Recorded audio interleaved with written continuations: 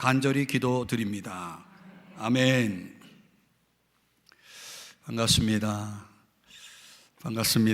네. 오늘 진실에 대하여라는 제목으로 여러분들과 같이 본문의 말씀을 묵상해 보고자 합니다. 리차드 리셔라고 하는 사람이 쓴 The End of Words라고 하는 책이 있습니다. 우리말로는 번역이 되어 있지 않고요. 그가 그 책에서 이런 말을 합니다. 지금의 정보화 시대는 말로 인해 피로를 겪고 있는 문화다. 말로 인해 피로를 겪고 있는 문화다. 이렇게 지적을 하고 있습니다. 그러면서 이 시대의 첫 번째 희생자는 진실이다. 이런 말을 했습니다. 이 시대의 첫 번째 희생자가 진실이다. 이 말 속에는 말의 진실함이 실종된 시대다. 말이 많아서도 피로도가 크지만 그 말에 있어서 그 말 속에 담긴 그 진정성, 진실성이 없는 그런 말 속에서 우리가 살아가고 있는 거죠. 여러분은 어떻게 생각하시나요? 우리가 살면서 많은 말을 하고 많은 말을 듣지만 과연 그 말들 속에는 진실성이 있을까? 이 리차드 리셔의 말에 의하면 이렇게 빠져 있다는 거죠. 이 목회자의 목회자라고 하는 유진 피터슨의 말을 빌리자면은 그리스도인의 삶은 이 지상에서 살아가는 동안 지속적인 과제가 있는데 그게 바로 진실을 말하는 법을 배우는 것이다. 이런 또 말도 했습니다. 진실을 말하는 법을 배우는 것. 그게 그리스도인들에게 주어져 있는 과제라는 거죠. 그러니까 이 세상이 진실함을 실종하고 있는 세상이라면 그런 세상을 살아가는 우리 그리스도인들은 그 진실을 창조하고 진실을 전하는 그런 사명을, 미션을 감당해야 한다는 거죠. 그렇다면 여러분, 진실을 말한다는 건 무엇을 의미하는 것일까요? 좀 역설적이지만 거짓을 말하지 않는 거죠. 거짓을 말하지 않는 것. 근데 사실 요즘 사람들 거짓말을 많이 하죠. 어떤 책에 보니까 거짓말을 하는 이유에 대해서 그 저자는 이렇게 그 이유를 밝히더라고요.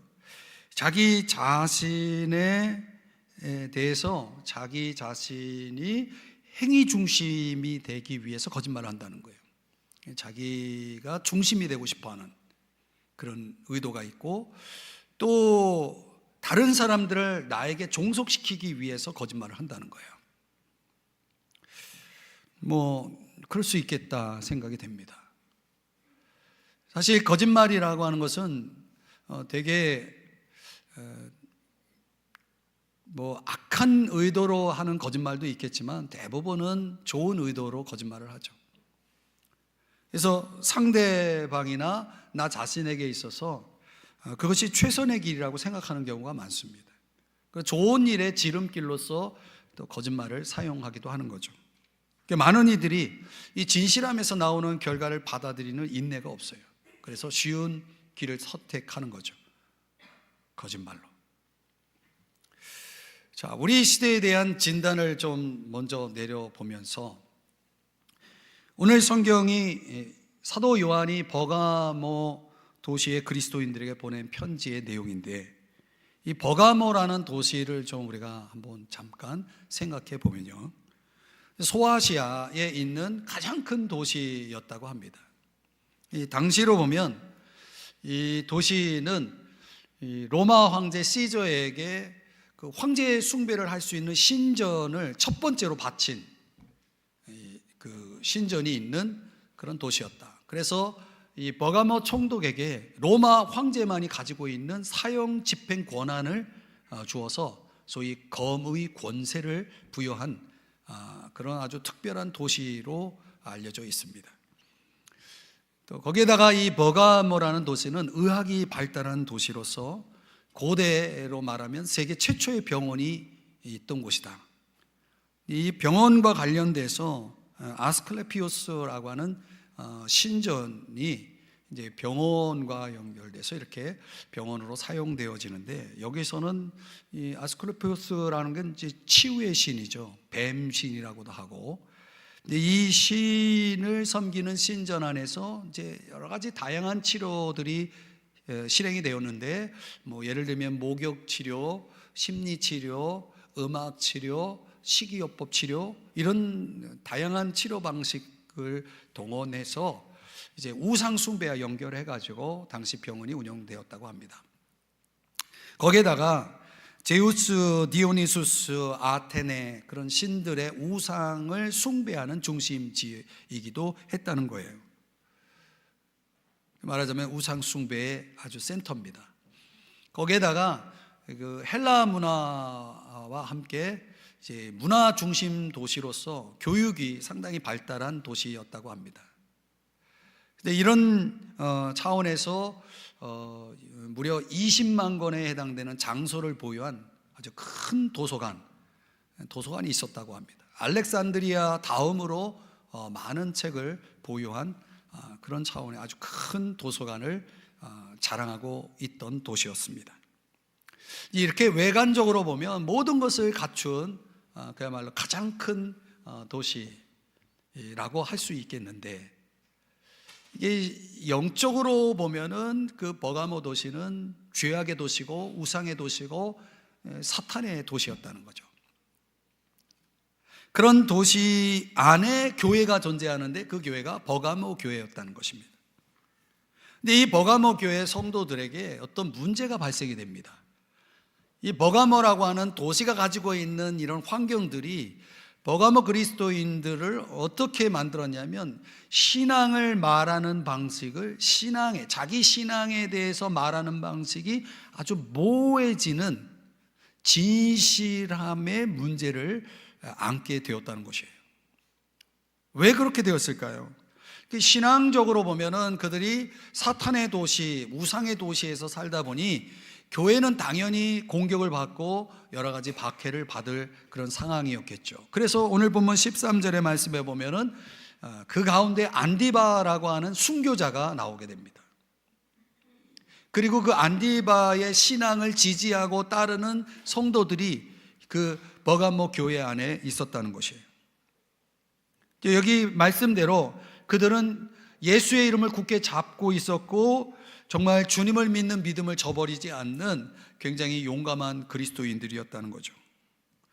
극심한 박해에도 불구하고 이런 신앙을 지켜나갈 수 있었음에도 불구하고, 그러나 14절의 말씀에 보면 그들을 향해서 책망할 것이 있다라고 주님이 말씀을 하셨습니다. 바로 이 책망의 내용은 진실함의 문제와 연관이 있습니다. 자, 그렇다면 여러분, 오늘 이 버가모 그리스도인들에게 주님이 주신 메시지 안에서 저와 여러분이 진실에 대해서 배워야 할 중요한 교훈이 세 가지가 있습니다. 그것이 무엇일까요? 첫 번째로 진실의 무기입니다. 진실의 무기. 자, 이 우상의 도시, 사탄의 도시, 죄악의 도시에 살고 있는 버가모 그리스도인들에게 있어서는 그 세상과 그 도시 문화와 싸울 어떤 무기가 필요했을 것입니다. 그런데 그 버가모 교회에 임재하신 예수님이 어떤 모습으로 나타나느냐, 12절을 다시 보시면 좌우에 날선 검을 가지신 분으로 임하십니다. 뭘 가지셨다고요? 검을 가지고 있다. 이 검이라는 건 무기죠. 이 성경에서 이 검은 여러 가지 이 상징적인 의미를 가지고 있는데, 그리스도의 말씀을 가리키기도 하고 여기서는 또 그리스도의 심판을 가리키기도 합니다. 그러니까 우리가 진실함이라고 하는 차원의 무기가 바로 지금 말씀드린 그런 의미가 되겠죠. 그러니까 우리가 진실한 그리스도인이 되기 위해서는 뭐가 있어야 된다는 겁니까? 그리스도의 말씀이라는 검이 있어야 된다는 거죠. 왜 그런가? 히브리서 4장 12절의 말씀에 보면 하나님의 말씀은 비유하기를 좌우의 날선 어떤 검보다도 예리하여, 그 검의 날카로움이 어떤 결과를 가져오냐면 우리 속에 있는 혼과 영혼이라고 할 수 있겠죠. 관절과 골수, 이 보이지 않는 거 아닙니까? 거기에다가 그런 것들을 찔러 쪼갠다라고 하는 것은 수술한다는 거거든요. 해부한다는 거거든요. 그래서 그 속에 담긴 무엇을 드러내냐면 마음의 생각과 뜻을 판단하나니, 이렇게 말하고 있습니다. 근데 이것으로 인해서 우리가 진정한 자기를 대면하게 된다는 거예요. 하나님 말씀이 있을 때만이. 시편 19편 11절 이하 13절에 보면은 이것으로, 즉 주의 말씀으로 경고를 받고, 그래서 어떻게 됩니까? 자기의 허물을 깨닫고 숨은 허물, 더 깊이 자리 잡고 있는 나도 기억하지 못하는 숨은 허물까지도 그것을 벗어내서 그것을 버리게 하고 나를 정직한 사람으로, 진실한 사람으로 변화되게 하는 것, 이게 바로 그리스도의 말씀이라는 검이 우리에게 주는 유익이라는 거죠. 그러니까 주의 말씀 앞에 저와 여러분이 서야만이 비로소 우리는 진실한 나를 만날 수가 있는 거죠. 나를 볼 수가 있는 거죠. 내가 진실에 직면하게 된다는 것입니다. 더 나아가서 주님 앞에 설 때 그때 우리는 진실한 나를 볼 수가 있습니다. 이사야 6장 5절에 보면 이사야 선지자가 하나님을 만나는 장면에 대한 내용인데, 주님 앞에 서서 이런 고백을 하는 것입니다. 화로다 나여 망하게 되었도다. 이 이사야 선지자가 주님 앞에 설 때 자기를 뭐라고 표현하냐면 나는 망한 자입니다 라고 표현하고 있다는 거예요. 나는 망한 자입니다. 이 자기가 망한 자라는 걸 깨달아야 된다는 거예요. 왜? 무엇 때문에요? 입술이 부정한 사람이라. 여러분, 우리가 이 입술로 얼마나 죄를 많이 짓습니까? 우리가 하는 말 속에 죄가 얼마나 많은지 몰라요. 다른 것도 아니 우리의 가장 대표적인 지체인 입술의 부정함을 그가 깨닫는 거예요. 자기가 얼마나 부정한 자인지 죄인인지를 자각하는 그런 깨달음이 왔다는 거죠. 여러분, 많은 사람들이 예배 가운데로 나오는 걸 꺼려하는 이유가 무엇이라고 생각하시나요? 그 예배가 주는 은혜 가운데 가장 첫 번째는 나의 죄를 깨닫게 되는 거 아니겠습니까? 성경 말씀을 듣는 예배 자리에서 가장 많이 듣는 게 죄에 대한 이야기 아니겠어요? 그러니까 사람들이 자기 죄를 보고 싶어 하지 않는 거예요. 그래서 사람들이 그런 심리가, 우리가 살면서 어떤 일을 하냐면 나보다 더 악하고 나보다 더 심하게 살고 또 이기적으로 사는 사람들을 찾아내죠. 그래서 그 사람과 나를 비교하면서 나는 그래도 저 사람에 비하면 훌륭해, 괜찮은 사람이야, 이렇게 그런 비교의식에 의해서 스스로 뭐에 빠집니까? 자기 만족에 빠져 있는 거죠. 그러니까 이런 게임을 삶 속에서 하는 사람들은 교회를 멀리할 필요가 있는 거죠. 교회는 그걸 용납하지 않아요. 교회 예배는 그걸 용납하지 않죠. 그러니까 하나님을 멀리 해야 할 수밖에 없는 것입니다. 여러분, 이사야가 자신이 망한 자라고 하는 이 각성이 일어났을 때 진실한 자기를 본 것입니다. 자기가 얼마나 부정한 자인지를 본 것이죠. 그래서 뭐가 깨지냐면 자기 만족적 삶이 깨지는 겁니다. 내 스스로 만족하면서 살아가는 이런 자기 만족적 삶이 내려놓아지면서 비로소 하나님과의 1대1로 하나님과의 거룩한 대화가 시작됩니다. 그 거룩한 대화를 통해서 이사야가 이제 주님의 컬링을 받게 되고, 그래서 이제 변화된 삶을, 믿음의 순종의 삶을 살아가게 된다는 이야기가 이사야 6장에서 그려지고 있어요. 그러니까 진실한 나를 직면한 자만이 주님과 거룩한 대화가 가능해지고 삶의 진정한 변화가 일어난다는 것을 보여주는 것입니다. 그렇기 때문에 이 진실의 검은 반드시 있어야 된다는 거예요. 그리스도의 말씀, 주님 앞에 정직하게 서는 이 자리가 우리에게 꼭 있을 때 그게 이제 이루어지는 것입니다. 그런 진실한 무기를 갖기 위해서 우리가 해야 할 것을 16절에서 이렇게 말합니다. 회개하라. 회개하라. 회개한다는 게 뭡니까? 그 잘못된 삶의 방향에서 유턴해가지고 턴을 해서 어디로? 하나님이 원하시는 방향으로 가는 것을 회개라고 말하죠. 그리고 우리의 삶에 있어서 전적으로 주님을 신뢰하고, 그리고 주님이 원하시는 길을 따라 순종해 가는 것, 그것을 회개라고 이야기합니다. 그럼 오늘 저와 여러분이 정신을 차리고 결단을 해야 되는 거예요. 회개를 결단하고, 회개를 할 때 정말 말씀을 진실하게 따를 것인지, 아니면 주의 말씀의 그 심판의 검 앞에 설지를 우리가 결정하라고 주님이 준엄하게 묻고 계시는 거예요. 사랑하는 여러분, 이 진실이 실종된 시대를 살아가는 저와 여러분에게, 이 세상 사탄의 도시 속에서 살아가는 저와 여러분들이 이 진실 경기에서 승리하기 위해서는 여러분 자신에게 먼저 진실해져야 됩니다. 내가 어떤 존재인지를 분명하게 볼 수 있어야 되는 거예요. 내가 스스로 나 자신에게 진실해지지 않다면 우리는 어떤 누구에게도 진실할 수 없고, 더 나아가서 우리는 하나님 앞에서도 제대로 설 수가 없는 거죠. 사랑하는 여러분, 이렇게 주님 앞에 진실한 자기를 각성하고 주님 앞에 변화된 사람만이 그 신앙의 모함에서 벗어나서 신앙의 진실함으로 그 자리로 나아가게 된다는 사실을 잊지 마세요. 그러니까 자기 자신의 진실한 모습을 보지 못한 사람들은 아직도 신앙생활을 모호하게 한다는 거죠. 신앙생활을 하는 것 같기도 하고 안 하는 것 같기도 하고, 신앙이 있는 것 같기도 하고 없는 것 같기도 하고. 여러분, 그런 모호한 신앙은 이제 버리셔야 되지 않겠어요? 진실한 신앙인이 되는 그 첫걸음에서 진실의 무기를 오늘 성경이 소개합니다. 그걸 누가 가지고 계십니까?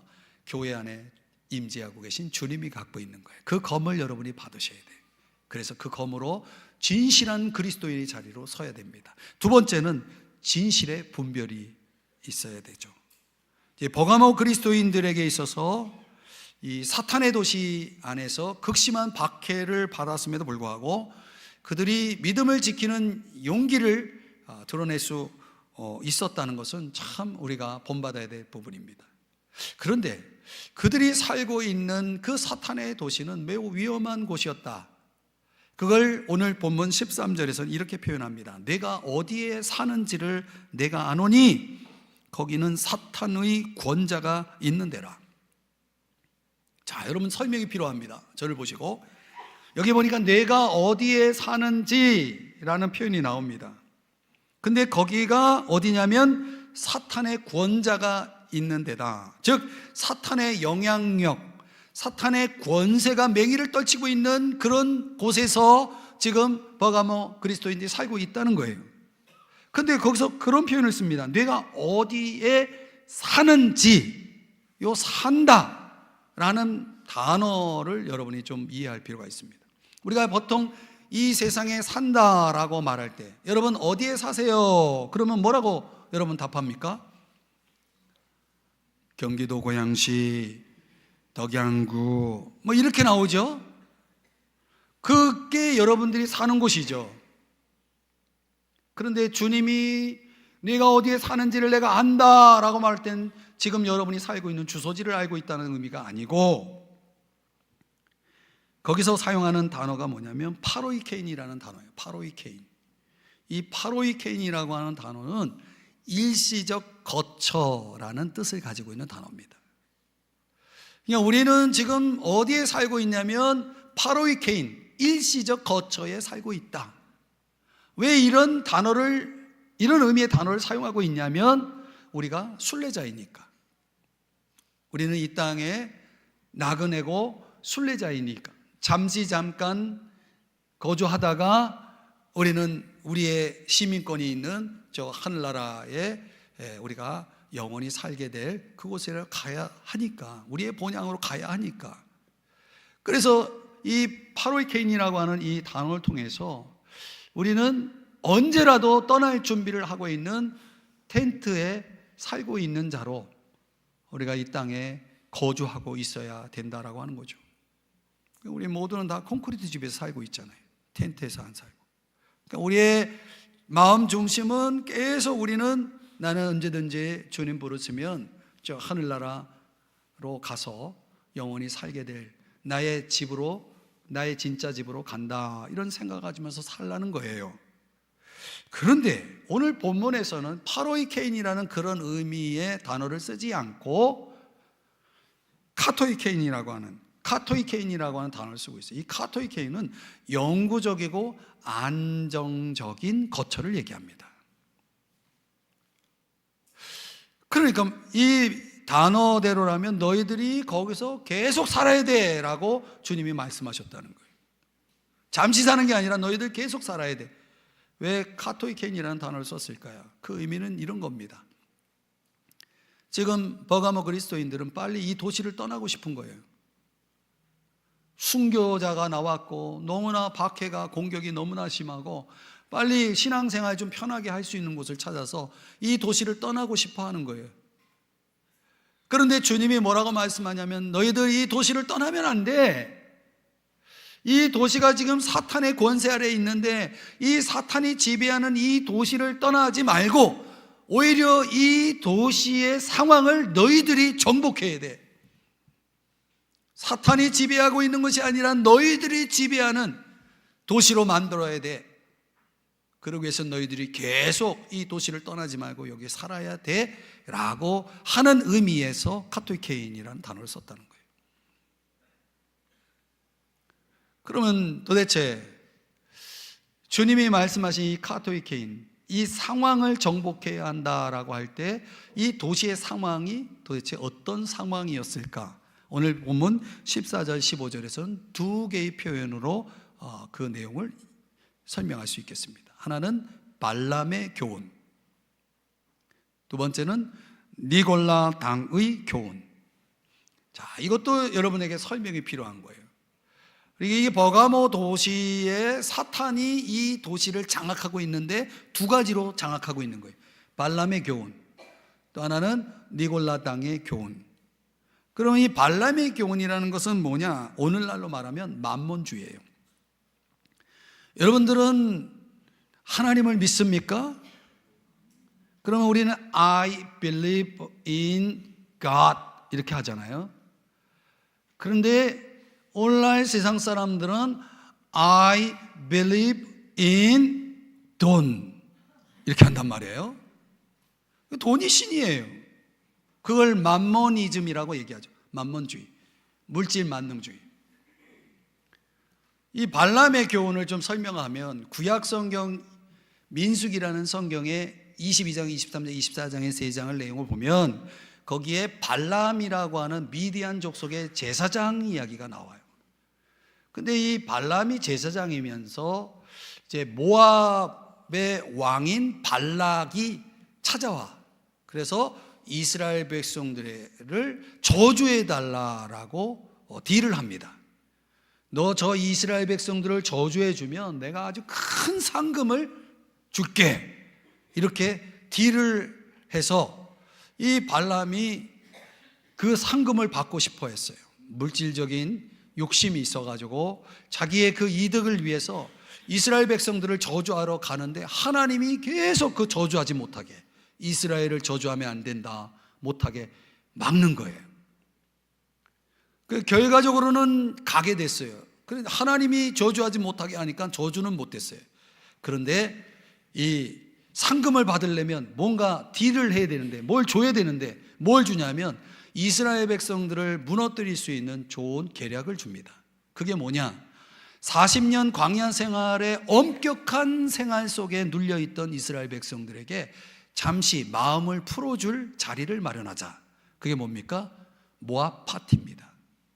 그 파티를 열어가지고 파티를 통해서 그들을 무너뜨릴 수 있다. 그 파티에 뭐가 나옵니까? 여러분, 파티를 열면 뭐가 있어요? 거기 파티에?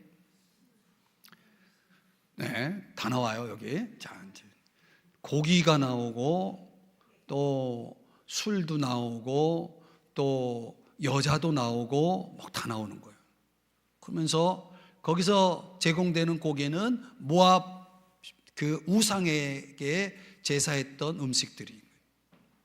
그래서 결국은 이스라엘 백성들이 우상 숭배와 성적 타락으로 모압 여인들과의 그 음행으로 무너지게 됩니다. 그래서 발람은 자기의 목적을 달성을 해서 그 상금을 얻게 되죠. 하나님이 나중에 그 발람을 심판하시게 되는 내용이 나옵니다.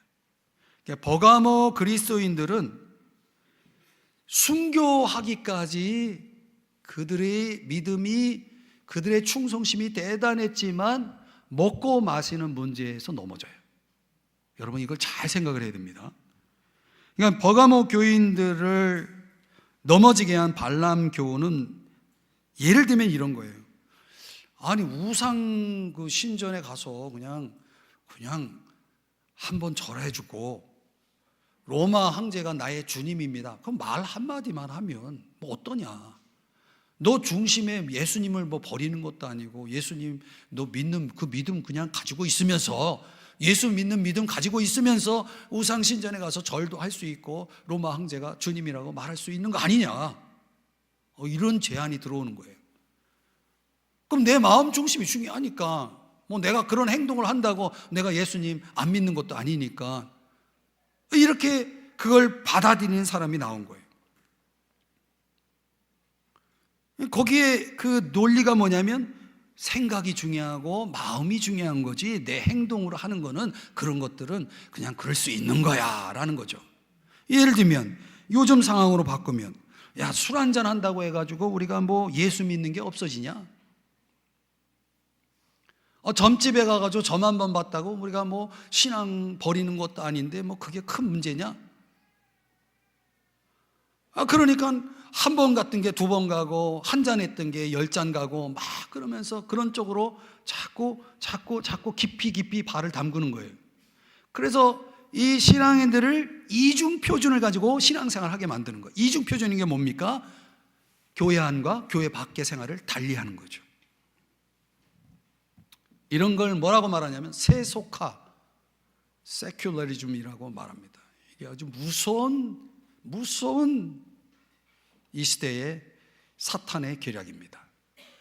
거기에다가 하나 더해서 니골라당의 교훈은 뭐냐면 오늘날로 말하면 쾌락주의입니다. 여러분, 한번 묻겠습니다. 우리 그리스도인들이 즐겁게 사는 게 이게 맞는 거예요? 틀린 거예요?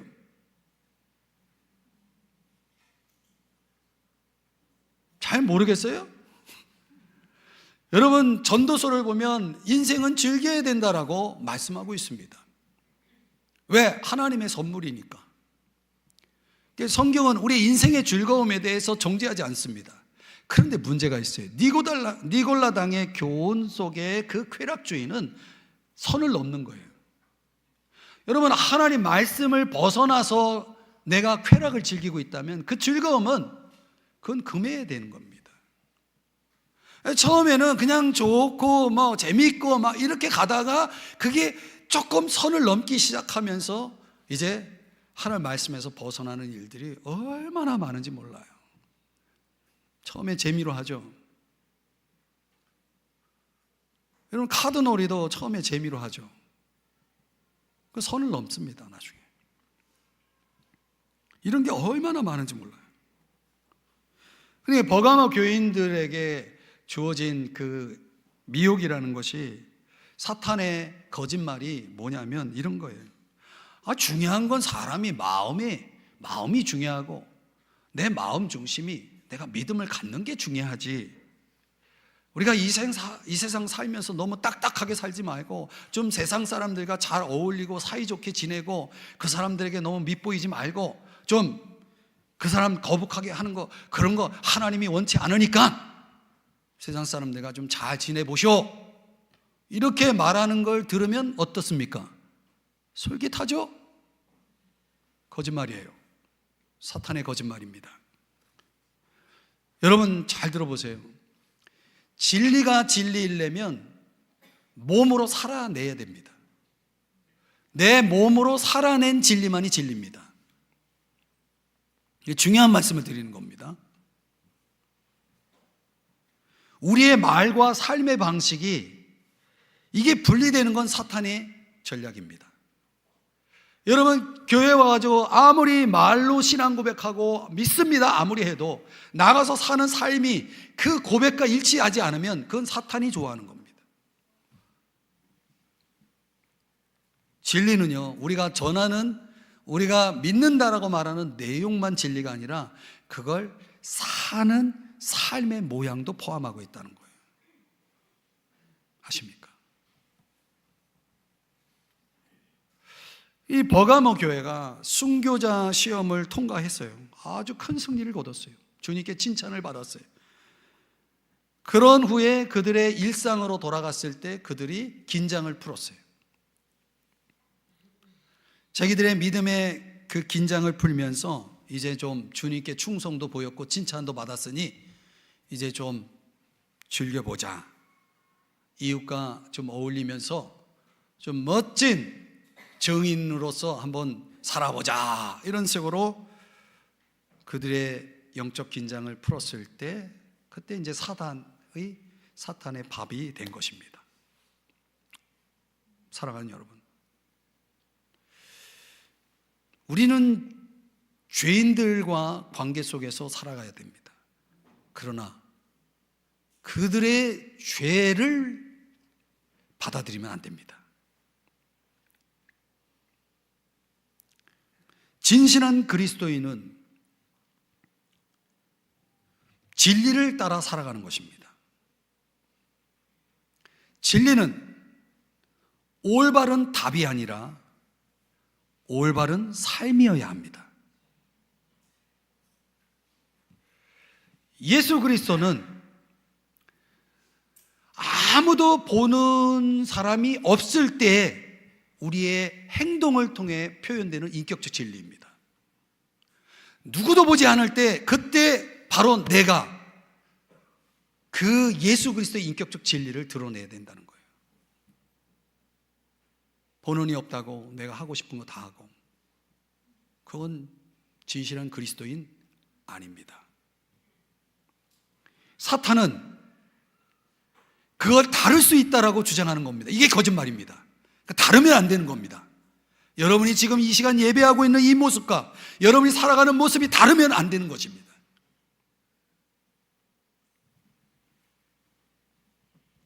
내가 무엇을 생각하고 있는 것이 중요한 것이 아니라 내가 누구인가가 더 중요하고, 내 의견이 무엇인가보다 내가 결정하는 것이 무엇인가가 더 중요하다는 거예요. 그걸로 주님은 우리의 진실성을 평가하시겠다는 거죠. 여러분, 교회사에 그 유명한 교부인 크리소스톰이 그 시대에 너무나 박해도 많고 너무나 이 불신앙 세력이 거세지고 있는 가운데서 그의 제자가 그 크리소스톰을 찾아와가지고, 스승님 큰일 났습니다. 온 세상이 지금 우리를 반대하고 있습니다. 어쩌면 좋습니까?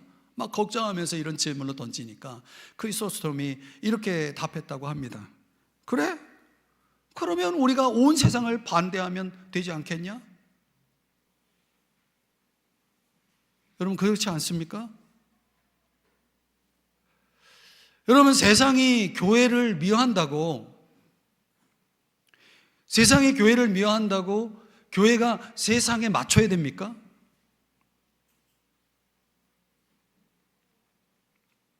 그건 교회가 아니죠. 주님에게 맞춰야죠. 여러분, 우리 믿는 사람들이 믿지 않는 사람들이 막 뭐라고 한다고 그 사람들이 하자는 대로, 그 사람들이 요구하는 거대로 여러분들이 따라야 합니까? 그건 내가 그리스도인 되면 포기하는 거죠. 여러분, 속지 마세요. 그거 사탄의 거짓말입니다. 고린도후서 10장 4절 5절에서는 다른 말씀 다 여러분들 세 번역으로 보여드리는 이 내용 속에 가운데에 딱 제가 그걸 강조했어요. 궤변을 무찔러야 됩니다. 여러분, 지금 이 세상은 사탄의 도시이기 때문에 이 사탄의 도시 안에 궤변이 얼마나 많은지 모릅니다. 그걸 분별해내지 못하면 사람들에게 속는 거예요. 사실은 사람들에게 속는 게 아니라 사탄에게 속는 거죠. 그걸 분별해낼 줄 알아야 됩니다. 여러분, 우리 그리스도인들은 이 세상을 본받으면 안 됩니다. 그 하나님의 선하시고 기뻐하시고 온전하신 뜻이 무엇인지를 분별할 수 있어야 됩니다. 그래야 우리가 그분이 기뻐하시는 삶을 살아갈 수가 있는데, 그분의 뜻과 상관없는 그냥 세상 사람들과 좋게 지내자라는 차원에서 그 사람들에게 맞추어서 살아가다 보면 그건 사탄의 밥이 되는 거죠. 그래서 디모데후서 2장 15절에 뭐라고 말씀합니까? 이 말씀 우리 다 같이 한 목소리 같이 읽겠습니다. 시작. 너는 진리의 말씀을 옳게 분별하며 부끄러울 것이 없는 일꾼으로 인정된 자로 자신을 하나님 앞에 드리기를 힘쓰라. 아멘. 우리가 분별의 지혜가 있어야 된다는 거예요. 진정한 의미에서 저와 여러분들이 살아가는 동안 이게 진리냐 거짓이냐를 가려낼 수 있는 그런 또 명확한 기준이 주어져 있지 않으면은 여러분들은 날 잡아먹으쇼 하면서 사탄에게 이제 여러분 자신을 드리게 돼 있습니다. 속지 마셔야 됩니다. 진리로 분별력을 가지고 정말 하나님 앞에 부끄러움 없는 그리스도인의 삶을 살아갈 수 있기를 주님의 이름으로 축복합니다. 우리가 그렇게 살아야 될 이유가 세 번째로 진실에는 보상이 따른다는 것이에요. 성경은 좌우의 날선 검, 진리, 진실에 자기 인생을 던진 사람들에게 두 가지를 보상하겠다라고 약속하고 있습니다. 오늘 성경의 17절에 보니까 이기는 그에게는, 요게 진실한 그리스도인으로 진리에다 자기 인생을 던진 사람들을 얘기합니다. 그건 두 가지를 주겠다는 거예요. 내가 감추었던 만나, 요게 첫 번째고, 두 번째는 흰 돌을 줄 터인데 그 돌 위에 새 이름을 기록한 것이 있나니. 자, 이것도 풀이를 좀 해드려야 되는데, 만나, 감추었던 만나, 이 만나는 뭐냐면 이스라엘 백성들이 광야를 여행할 때 그 광야에 아무것도 없잖아요. 그러니까 그들이 먹고 살 수 있도록 하늘에서 내려준 기적 같은 음식이에요. 이 음식이 있어야 광야에서 뭐 그들이 생산해낼 수 있는 것이 없으니까 하나님이 주신 양식으로, 일용할 양식으로 그 만나를 먹으면서 버텼거든요.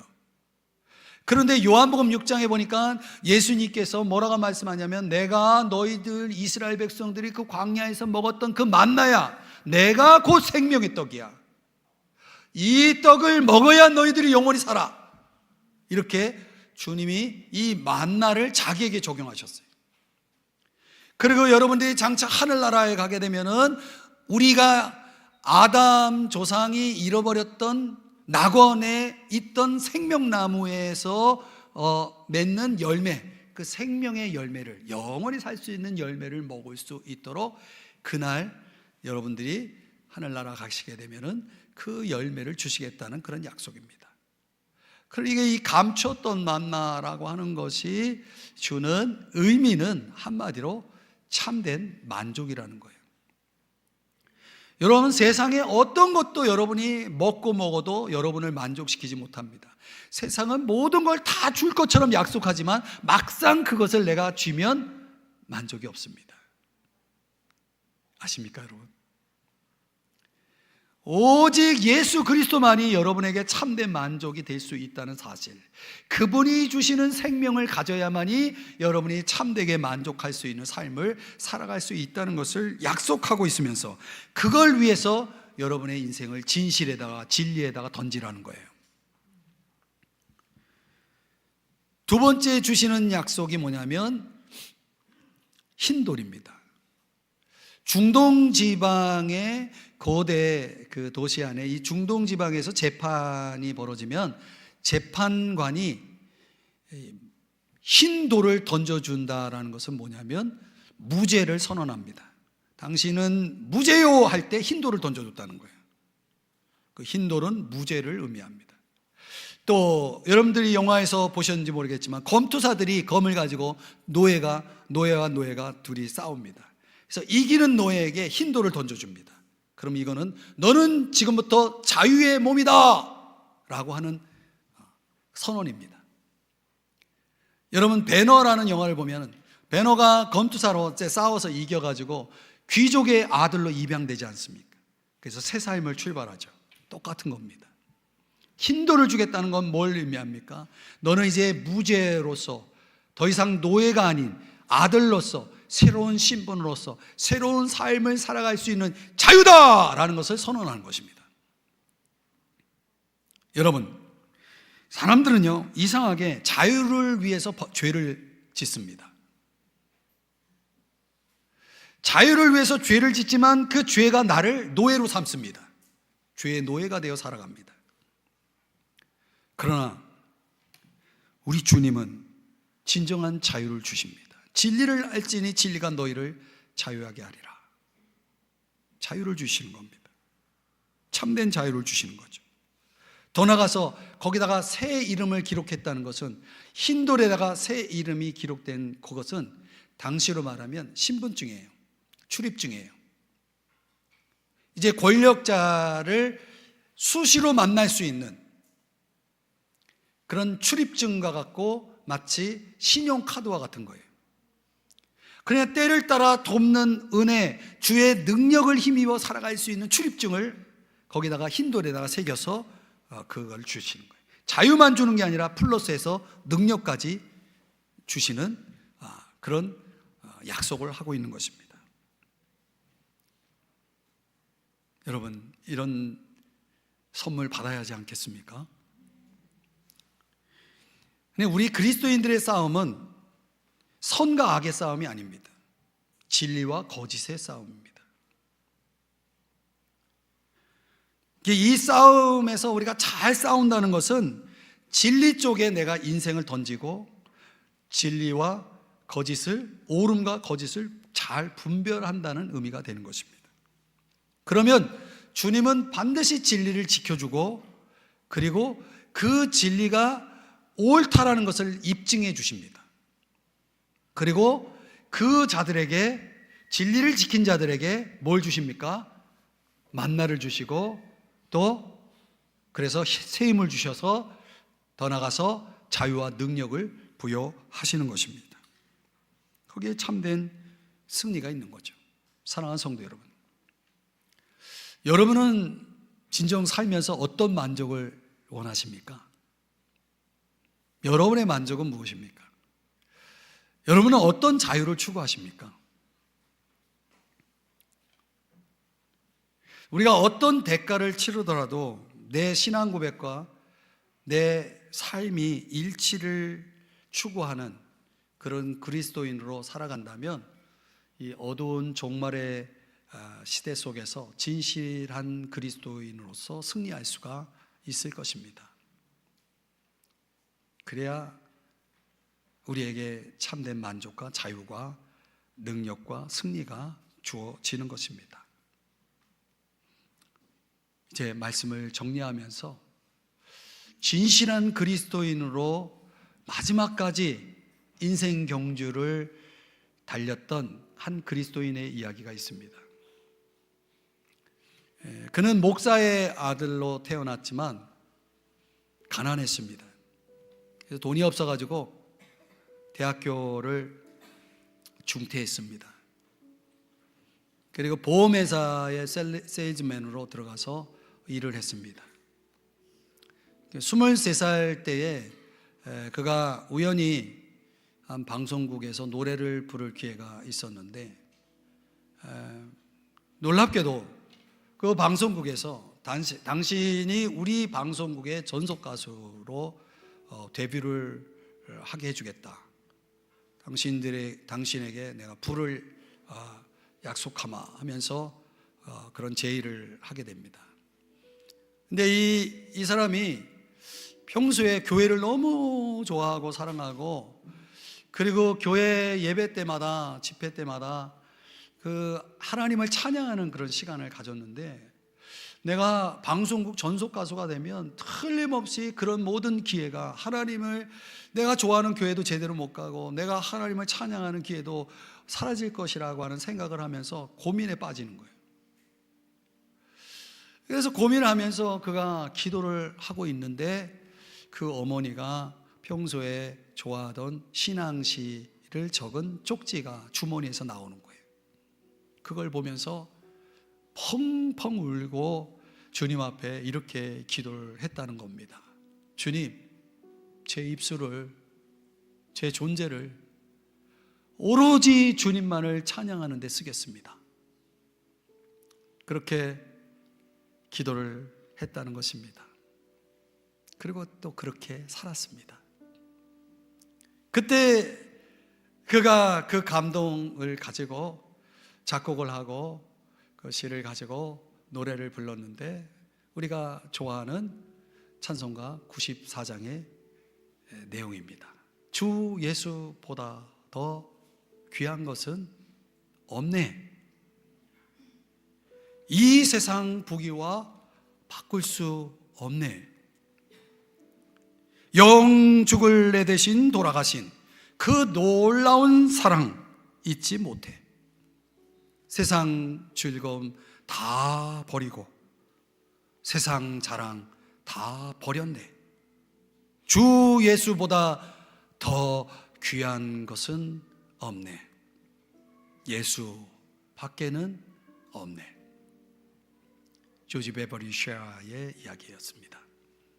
사랑하는 여러분,